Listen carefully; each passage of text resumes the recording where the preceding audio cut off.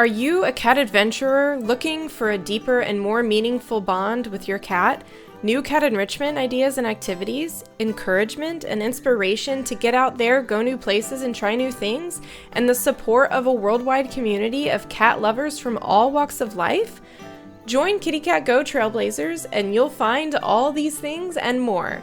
Kitty Cat Go Trailblazers is a community of cats and humans from all over the world who are ready and waiting to support and encourage you on your cat adventure journey.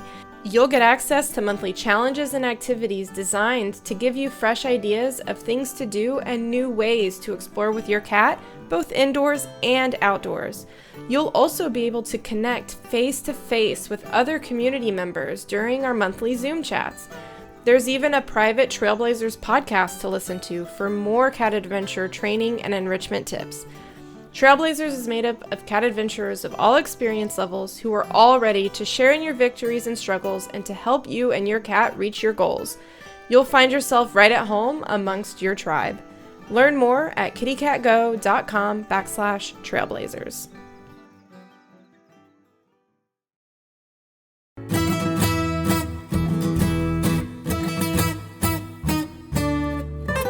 Welcome to the Kitty Cat Go Adventure Podcast. I'm your host, Emily Hall, certified cat trainer and cat adventure enthusiast. Whether you're a seasoned explorer just starting to leash train your cat, or haven't even begun your adventure journey yet, you're in the right place. Here on the show, we dive into anything and everything cat adventure, travel, training, and enrichment, with a mix of solo episodes as well as guest expert interviews. From indoor activities to backyard escapades to hiking, backpacking, and kayaking, no adventure is too big or too small. Get ready to be inspired, learn something new, and unleash your cat's adventurous spirit. Let's go!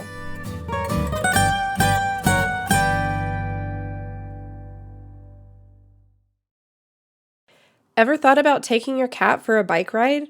Though it does require some training and safety prep, bicycling with your cat can be a fun and exciting adventure to enjoy together. In today's episode, I'll be chatting with Travis Nelson, who bikes around London with his cat Sigrid. He will be sharing tips and advice on the safety, training, and gear required. Travis is a software engineer, lifelong cyclist, and a pet lover. His short videos of bike rides and adventures with his cat Sigrid have been enjoyed by millions of people around the world, and tonight, he's here to share more about that with us. Hey, Travis. We all know that you bike around with Sigrid, but can you tell us more about her and you and how you got started biking with your cat? Yeah. Well, I've had Sigrid her entire life. I got her as a kitten. And we didn't start biking immediately. I was taking her on walks. I've always leash trained my cats. So I started right away with her, like literally the first week I had her, I was putting the harness on her and, taking her down to the corner store and to the park. And, we used to live kind of close to the beach. So I took her to the beach in San Francisco and picnics and all that kind of stuff. And then basically, long story short, is I got a job here in London for a startup. So I moved over here with her. And then the pandemic hit like right after I moved here. And so I lost my job. And as you recall, during lockdown, or I don't know how it was over there, but here during lockdown, you're kind of like allowed to go outside for exercise once a day. So I was going out on my bike and just riding for 3 or 4 hours because I didn't have anything else to do. I didn't have a work visa, right? I lost my job, couldn't do anything else. And so I just thought, hey, all I'm doing is riding my bike every day. And I was taking Sigrid for walks almost every day too. And I thought, well, why don't I combine the two and just bring her on the bike? And so I kind of had a backpack and a silly chest harness that I used to like take her to the park and stuff. So I put her in the chest harness and took her for a little spin, and she was just immediately into it, not afraid at all. And she was just like plugged in and just like looking at everything. And I think it was the second time I took her out, someone else on a bike, sped up and caught up to us and was like, hey, oh my gosh, you're with your cat. Like, how is that possible? And right when that happened, like something clicked in my head, like, oh, wow, people, this is something that really catches people's attention. It really, people kind of, because that woman was so happy and like smiling and stuff. I was like, wow, okay, we've kind of, even on that second ride, we plugged into something here. So I kept doing it. I got the basket and we just kind of kept going. That's awesome. That's awesome. And she took to it so naturally. I know Yeah. Some cats, there's a bit of a learning curve with that kind of thing. Did you have to train her at all? Do any kind of training to prepare her Um, for it? I mean, there was a lot of training to get her leash trained, of course, initially. But by the time we got onto the bike, I think she was just so used to going on adventures with me that she didn't really think much of it. Because I mean, like I said, we take her to the beach, to the picnic, on picnics. We took her, like on the train in San Francisco, and Yeah. car rides and all this kind of stuff. So I think the bike was just another thing that we were going out doing. She never really thought twice. Yeah. Well, I mean, that's really great testament to the fact that the more you do with your cat, the more comfortable they'll be with new things. Yeah, sure, sure. I think that's something I talk about all the time too, because I think people tend to kind of treat their cats as like, I don't know, a stranger living in their home, and they kind of, and don't really, they kind of like take care of them, but don't really treat them as a companion. Whereas I've Yeah. always treated Sigrid as a companion, and as a result, she tends to just kind of be okay with anything we do because that's what we do. Yeah, Yeah. yeah, you guys have a strong bond and sense of trust between you, so she is willing to do what you wanna do with her. Yeah, yeah, exactly, and she's not shy either. I mean, she definitely expresses when she's unhappy about something or uncomfortable, and like, we've all seen her like hiss at dogs and stuff. But if I'm putting a jacket on her and I pinch her accidentally or something, she'll turn around and hiss at me. Like she lets me know when she's unhappy. So I'm fairly confident when she is happy. How old is she now? She's about 6.5 now. Yeah, Okay, and so you've been biking with her for about 3 years? 3 years now. 3 Yeah, years, three. yeah. Yeah. Yeah, So awesome. it's been a while. She just passed 3,500 miles total in her Wow! career. Yeah, yeah. So I guess she's doing about 1,200 miles a year, roughly. Yeah, That's amazing. it's pretty good for a cat. Yeah, Yeah, I'd say so. I yeah, mean, that's pretty good for anybody too. yeah. She gets out there. So, Yeah. Do you usually always take her when you go, or, do you do yeah. biking by yourself? Initially, I was just taking her out once in a while. Now it's like I really don't go out on my bike without her for the most part. Yeah. Yeah. It's because I like to, I try to post a video every day because I know, I get all these messages. People wake up in the morning, the first thing they want to do is like watch, 1 minute video of Sigrid to kind of like get them happy and get their day started. So I try to do as many, so whenever I ride, I want to get more video so I can post these for people. So Yeah, yeah. boy, I can relate. Whenever I watch one of your videos, I definitely am always left smiling and feeling happy. Yeah. Yeah. So that's why we keep doing it. It makes people happy. So Yeah. Well, that's awesome. That's a pretty good mission. yeah, thank you. So you guys bike, in watching your videos, I see you do some bike rides that are maybe a little more naturey, woodsy, but then you're also biking a lot through the city and stuff like that. How do you keep her safe when you're out on your bike rides in all of these different environments? Well, the main thing is she's always leashed to the basket. So I use, really secure harnesses. I just did a video recently talking about the three main brands I use. But I use these harnesses that are very secure. They're so good you can like literally pick her up by the leash and she won't slither out of her harness. Like, cats are pretty liquid. They can get out of just about anything. But Yeah. these harnesses are pretty good. And then I have her leashed with like a little bungee cord to the basket. So she can get out of the basket like if she really jumps for something like she has with like a squirrel once or twice, Mm. but she won't hit the ground, and again she just kind of dangles in the harness if that happens. She's never tried to do it while we're moving, so Oh, well, i that's think i good. think that, yeah, it's usually like we'll stop and I'll point at a squirrel or something and then she'll just try and go for it, which maybe I should know better, I don't know. But yeah, that's the main thing. She can't really go far, and the thing is she's right in front of me, she's right in front of my handlebars, so even if we were moving and she got to, she gets to the edge or something, I'm literally a split second away from having my hand on her and pushing her back in the basket or something. Yeah. So I'm not too worried about all that. Other than that, it's really just comes down to the fact that I've been cycling for, I don't know, 40 years, 35 years, whatever. Wow. And maybe the last 20 years I've been cycling in cities like quite a lot. San Francisco, Brussels, here in London. So I'm pretty familiar with riding in traffic and I feel pretty safe. I certainly wouldn't advise anyone to, if you're kind of an amateur or middling cyclist, don't get out into the middle of London during rush hour. You will probably not have a good time, but it's something I've been doing for a very long time. So I feel pretty safe and pretty confident doing it. Yeah, that's really great point because I know, people who adventure with their cats, they want to try new things like go canoeing and go kayaking or go biking. And I think a lot of times people are like, I'm just going to do it without first getting comfortable with the activity themselves. You have a lot Yeah. of history and experience with biking that you're bringing in to these bike rides with Sigrid. So you're like super prepared and, know the ropes. And so I think that's an important tip, I guess, for people who are wanting to do this. Make sure you're comfortable Mhm. on a bike first. Yeah, yeah, exactly. And definitely there's a big difference. Like sometimes people ask me about this and they live like in the countryside or something. And I'm like, yeah, go, if you have a local park or something and that's where you ride your bike, you're probably, fine, right? Hmm. But if you're living in the middle of London, maybe add a little extra caution there because it is a little trickier.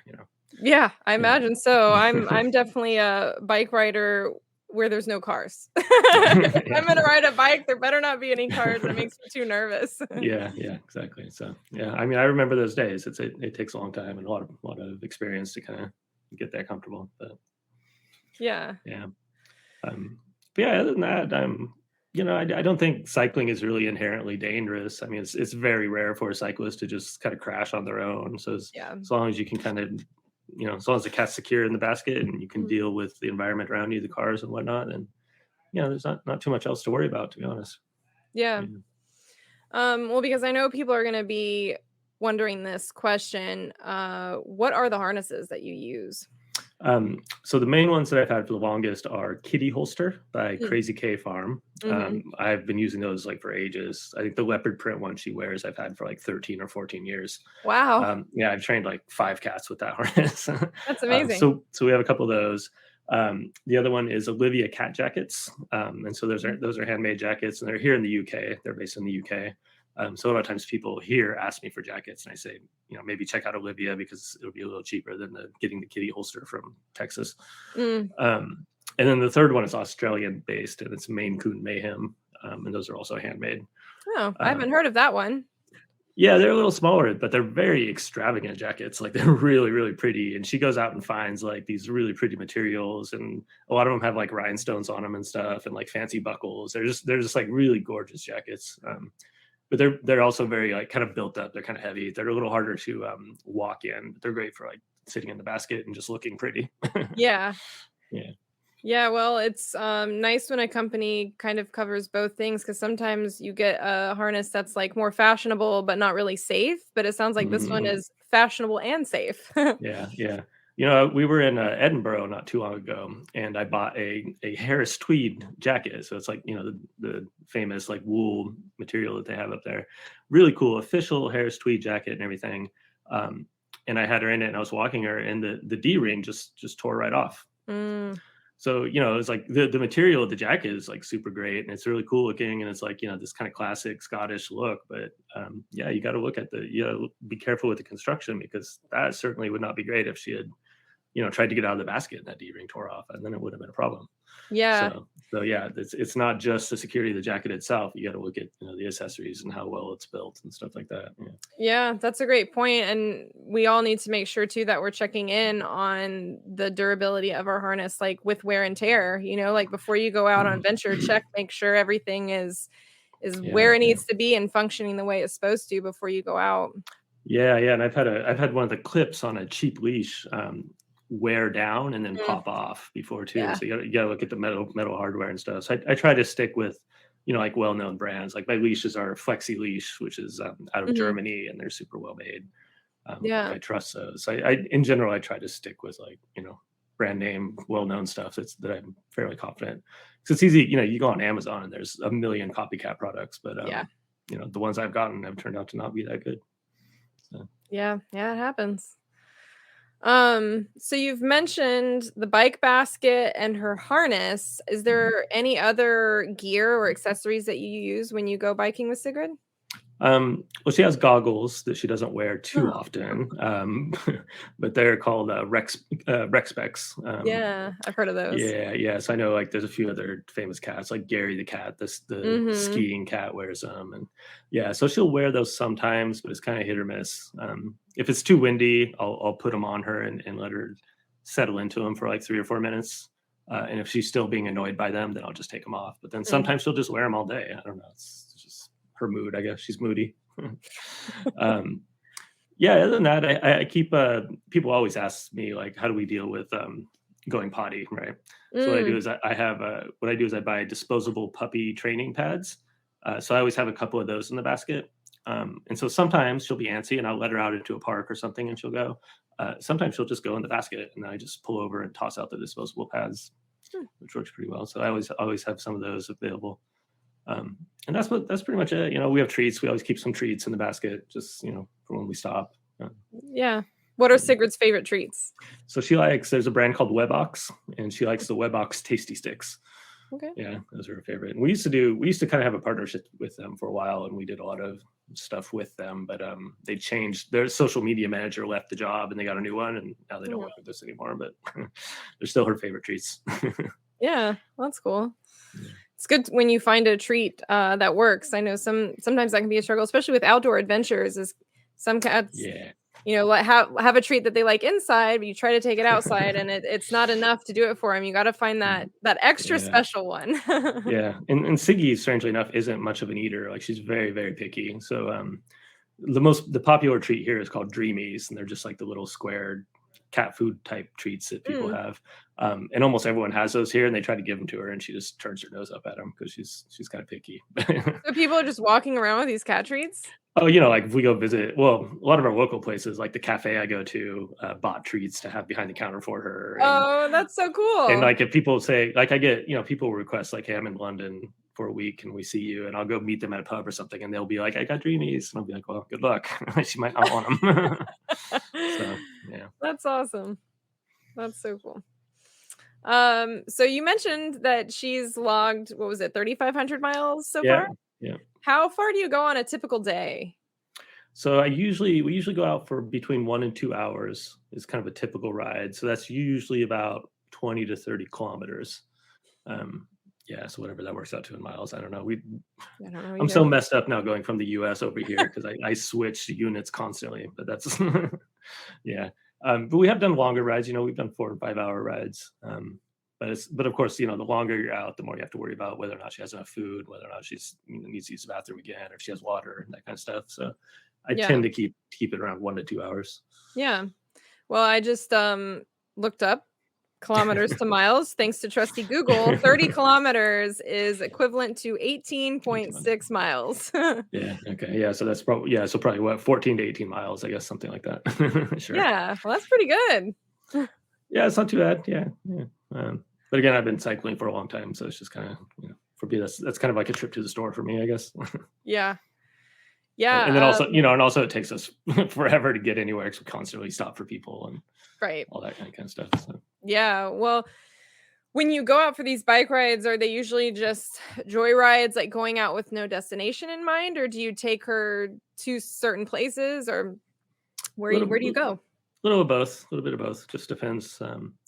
My publisher asked me to sign a few copies of our book and bring it by for them because they wanted to mail them to some people. So day before yesterday, we just rode down to the publisher and dropped those books off and rode home. And it's just like a short little 15-kilometer ride, 20-kilometer ride to do that.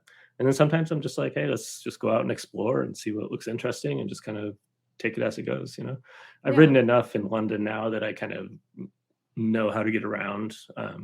So I just kind of like meander around and see what's interesting. And, yeah. That's cool. It's a fun way Look to for fun explore a things. city. Yeah. 'Cause, it's such a big city and there's always stuff going on everywhere. So I very often I just ride along and I kind of look at the side streets and be like, oh, there's a commotion down there. Let's go down there and see what's going on. And, sometimes it's nothing. Sometimes it's an event, like one time I was riding through Camden and they were doing there's a walk of fame there where they have the stars on this pavement, just like in Hollywood. And Yeah. they were putting down a new star and for was it UB40, I guess, that red wine song. Yeah. Yeah, that guy was there, and I rode by, and I was like, "Oh, hey." Like, That's so random. so yeah, you never know what you're gonna see, so I just kind of ride around and look for things that look interesting and check it out, and Yeah. That's cool. That's cool. The joys of living in a city, I guess. There's a lot to see, lots to do. yeah, we run into celebrities all the time, and yeah, it's fun. I mean, I don't know if you saw, like, we were in the papers for running into Harry Styles the other day. Oh, wow. So, No, I didn't see that. yeah, so Harry Styles was out walking with his girlfriend, Taylor Russell, who's an actress, and she has a dog. And so we rode by and Sigrid hissed at her dog and they both turned around in shock. And then I didn't recognize him. I had no idea.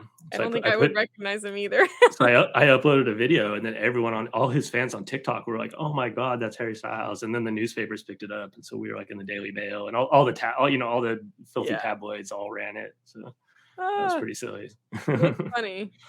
So Sigrid's good in the tabloids. If you go Google like Harry Styles cyclist cat, it'll be like just dozens of articles about us. So That's so funny. Yeah, it's fun. I mean, that's living in London. There's all kinds of people like that around. Yeah. Helena Bonham Carter lives next door. We've run into her a couple times. Oh wow! Like she knows Sigrid now, which is silly. That's awesome.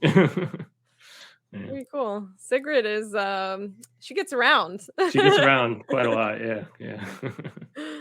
That's awesome. Well, obviously, I imagine most people, when they see you guys out, they're excited and happy. And you've said, that's why you do this, right? Is because of the joy and happiness it brings other people. Have you ever run into the opposite problem where people are like rude or anything to you?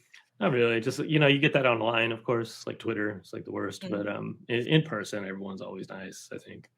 It's just I don't know what it is about being online that makes people get nasty, but and it's like, especially as a cyclist, like everyone kind of talks like white van drivers, like delivery guys, and like cabbies are always usually like the meanest, I guess, to cyclists. But I run into them all the time, and they're just absolutely thrilled to like see Sigrid. I've had cabbies like pull up next to us and be like, "Man, I follow you on YouTube. So cool to see you." And, it's, I don't know, everyone's friendly. I think she just kind of opens doors that way. She makes everyone happy somehow. So that's awesome. Yeah, that's really cool. That's good to know that you haven't had any negative encounters. Yeah. Well, I don't know what would anyone possibly say. I don't know. I don't either. But I've heard stories like people in my community have said like they've had rocks thrown at them and stuff before, which is pretty terrible. Yeah. So I'm glad that hasn't happened. No. That's good. Yeah. Well, so Sigrid is a big biker. What other kind of adventures does she enjoy going on? She loves to go to the pub, strangely enough. She's quite happy sitting in the pub. Actually, it's really funny. We have a local pub that's kind of on our block, so you can get there without crossing the street. And oftentimes, if I just take her outside and set her on the sidewalk, she'll just walk down there and march inside the pub. It's really funny. But they know her quite well, and we go there and hang out. And yeah, we just posted today. I posted a video. They were running the vintage London buses around the city. So like we have the red double-decker buses, but these are like the older ones from like the 60s and stuff.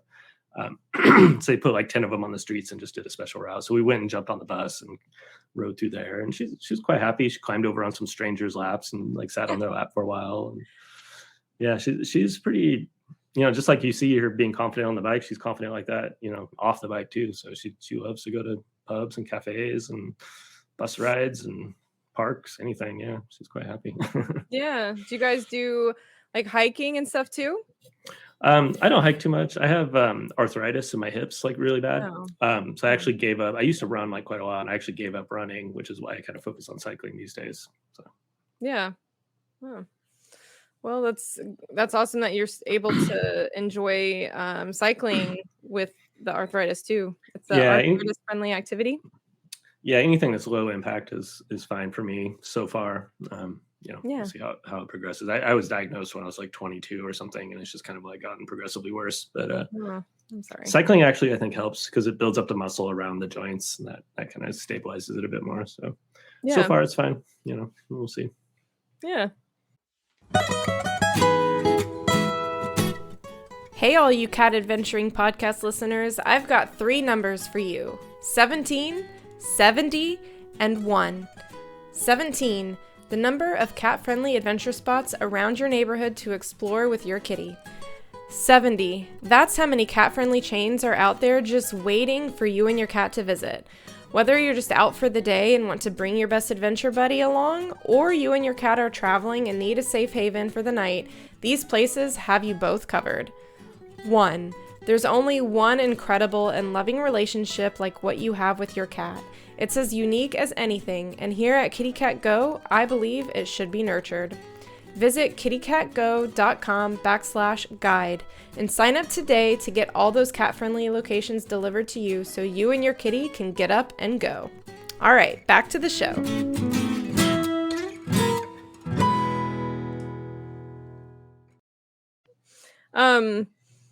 So you mentioned pubs and all these other places you go. Have you found then that London is pretty pet friendly and that you can take her to a lot of different like indoor businesses and places? Yeah, it is. It is way more pet friendly here than it is in the U.S., as I recall. Yeah, you can go just about anywhere, and then of course Sigrid tends to be special. Like people tend to just kind of let her go anywhere anyway. But Celebrity, she gets special treatment. yeah. I mean, we went to Abbey Road one time, the studios, and Sigrid just marched up the stairs and tried to walk in, and the security guards were like, "Okay, you can't film in here. You can't take photos of anyone or talk about what you see in here, but I guess she can walk around in here." And Hans Zimmer, the guy that does all the movie soundtrack, like he was in the next room like recording, and they were oh my gosh. So yeah, they were just like, you cannot take any photos or anything in here. And I was like, okay, that's fine. So Sigrid's just marching around, and yeah, it's weird. People just kind of like, yeah, she just disarms people, and they just let her go. Did you get to meet Hans Zimmer? No, he didn't come out. I was hoping he would, but he must have been busy. I guess. So yeah, that was quite fun. But yeah, people, it seems to be mostly fine. There is one big difference between the UK and the US is, I believe in the US you're not allowed to have pets in a food serving area. In the UK, you are allowed to have pets in a food serving area, just not a food prep area. So it's totally fine. You can, take pets into pubs, cafes. You can actually, I can bring her into restaurants, and I have on a few occasions, and they're generally fine with it. That's quite different. Here it seems to be, if it's an outdoor food serving area, then that's okay. It's like restaurants that have an outdoor patio or whatever. Yeah. Otherwise, you can't go in with them. Yeah. So here it's like super, like pubs are almost always fine to bring dogs or cats in. Cafes also almost always fine. Restaurants kind of hit or miss. And then like supermarkets always say no. You can't go to like food markets generally, unless it's like a corner store. I mean, our corner store has a cat that lives in it. I'm sure you've seen like bodega cats, that. Yeah. So that's fairly common here as well. So that's cool. Yeah, people are pretty calm about it. Yeah. And we've gone into like shopping stores, like she marched into Toomey the other day and walked around, and they were like thrilled to have her in there. And she's marches into other stores every now and then, and yeah, very cool. We've covered a lot of ground. Would you have any other advice that you would give to someone who wants to try cycling with their cat? Yeah, the main advice I give for anyone trying to train a cat is that they really are creatures of habit. And so it's really not about like, people come to me all the time. They say, I tried to walk my cat and I put the harness on her and they just flop over and it won't work. Okay. So the thing is, you don't just put the harness on them once. You put it onto them for like 5 minutes, and then you do it again in the evening, and then you do it again in the morning, and then you do it again the next evening. And you do that over and over and over for a couple of weeks. And then they'll start to realize, okay, this is something that just keeps happening. So now I have to get used to it. And that's how they learn. That's how they adapt. So it's really just, don't force them into doing anything, but also, be consistent and be repetitive, and they'll figure it out. They're not stupid. They're just stubborn. Yes. Yeah, that's a great piece of advice, because I hear that a lot too. When people see my videos hiking with my cats, like, oh, I tried putting a harness on my cat once. I'm like, once? That's not enough.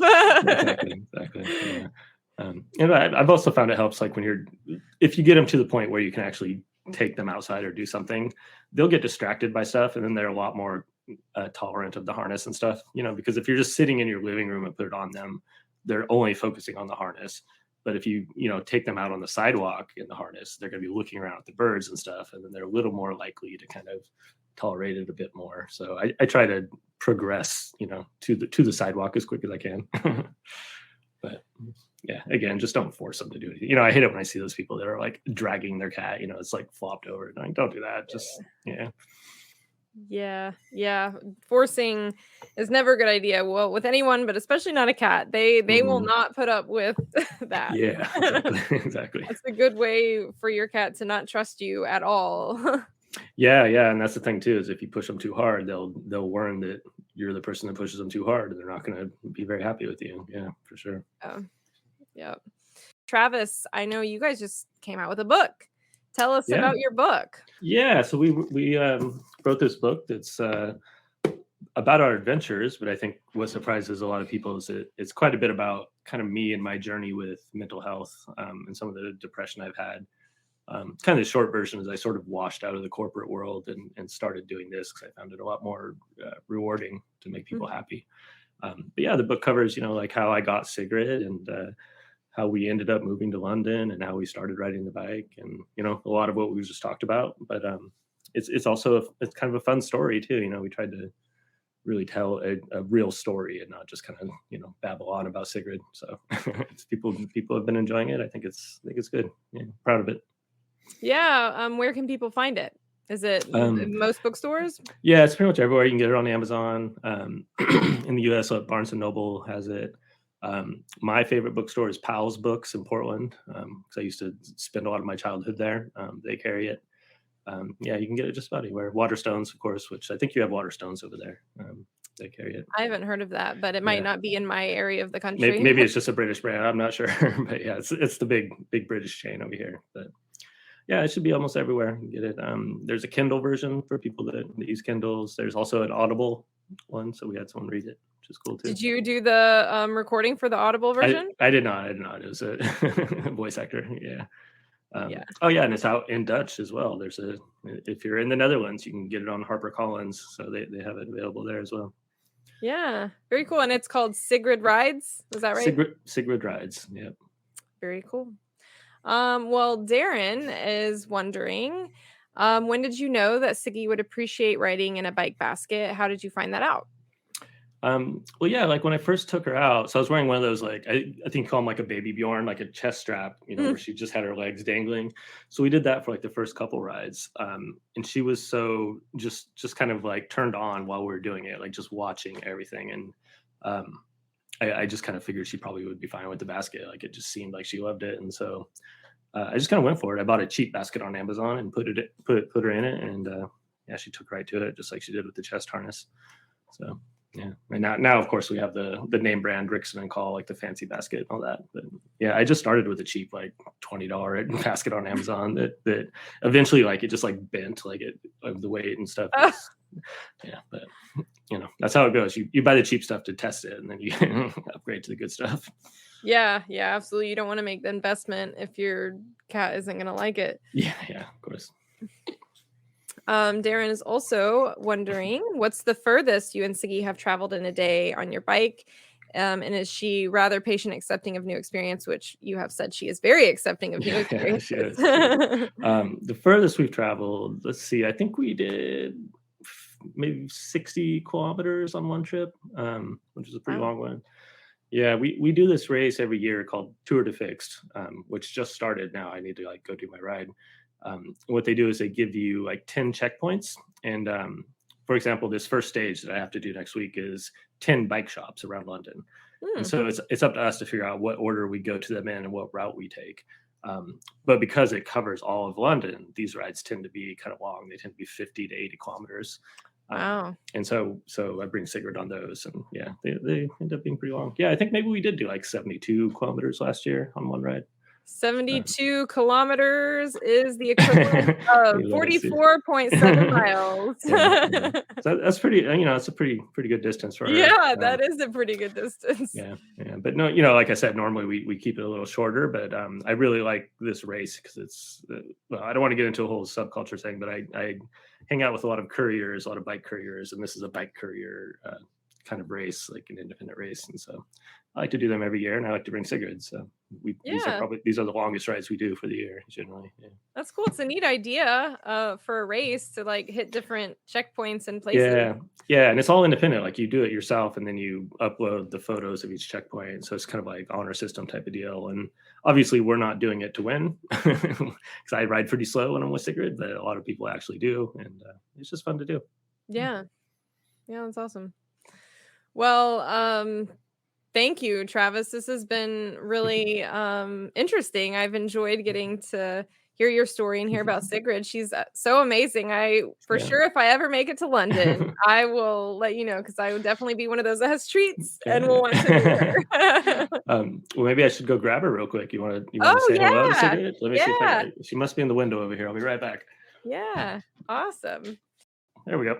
Oh, there she is. She's all sleepy. She was sleeping. Aw, well, it is like the middle of the night for you. Say hello, Sigrid. Aw, so Yeah. pretty. And she's deaf, right? Yeah, she is deaf. She's born deaf. Yeah, she's white cats with blue eyes. It's like 80% chance that they'll be deaf. Yeah, do you, are there any special considerations you have to take with her when you're out adventuring since she's deaf? She does tend to be a little afraid of people coming up behind her. So it's more important. I mean, anytime you pet a cat, you want them to like kind of see your hand first. Yeah. It's more important even so with her because she gets surprised so easily, Mm. and she's so defensive of stuff coming up from behind her. Yeah, that's about it. Other than that, okay, you're gonna go back to sleep. Okay, back to her bed.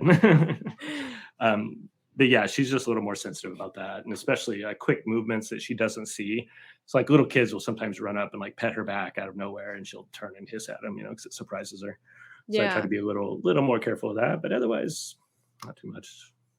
Yeah. Very cool. Tina is wondering if you've ever been tempted to adopt another cat.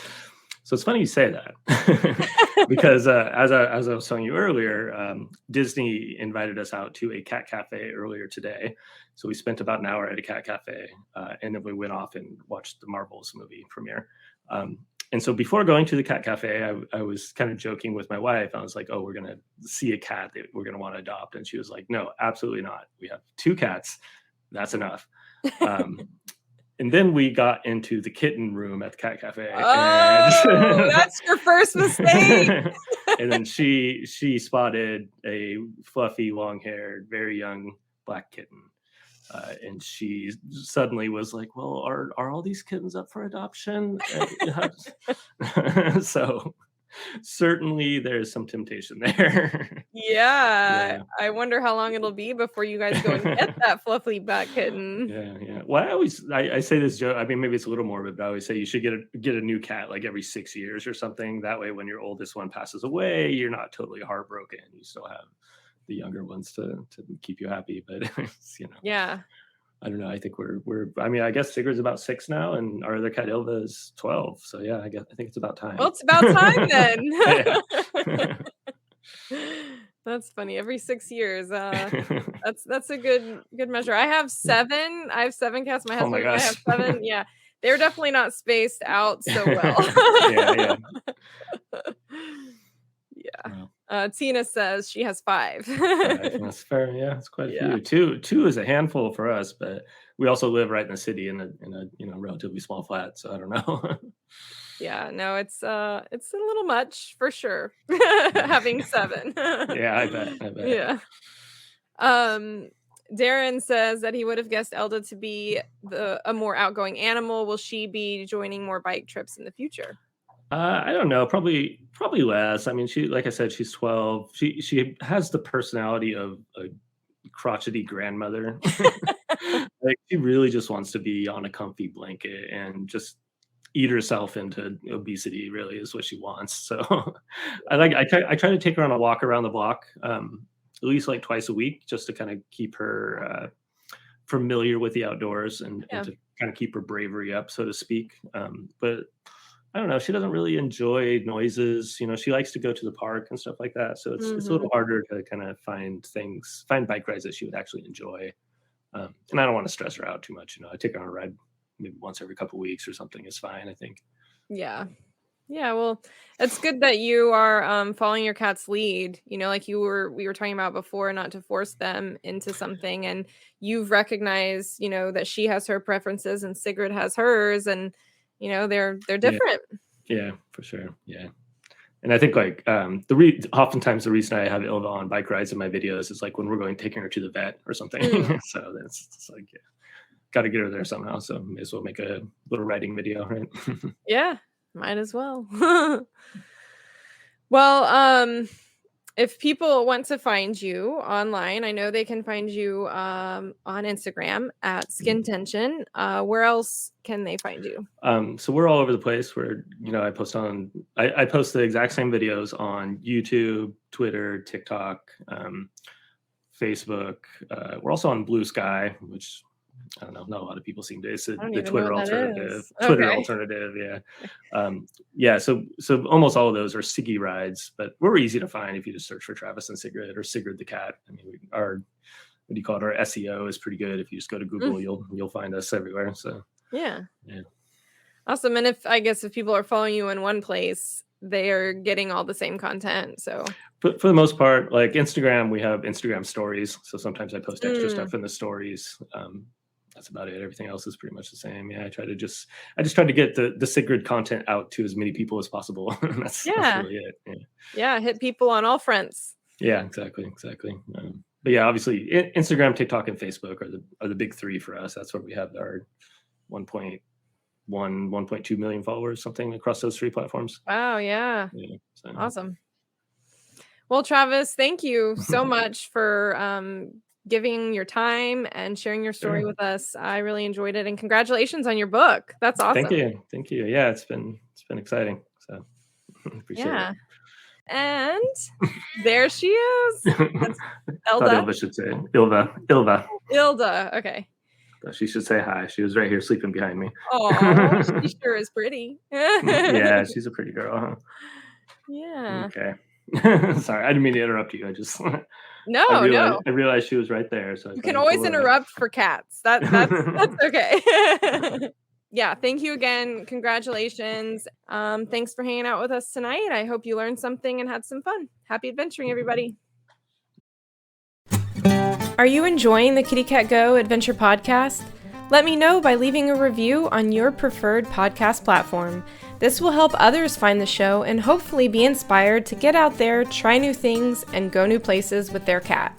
And as always, you can find the show notes, including all links and resources discussed in this episode, at kittycatgo.com/podcast. Until next time, happy adventuring.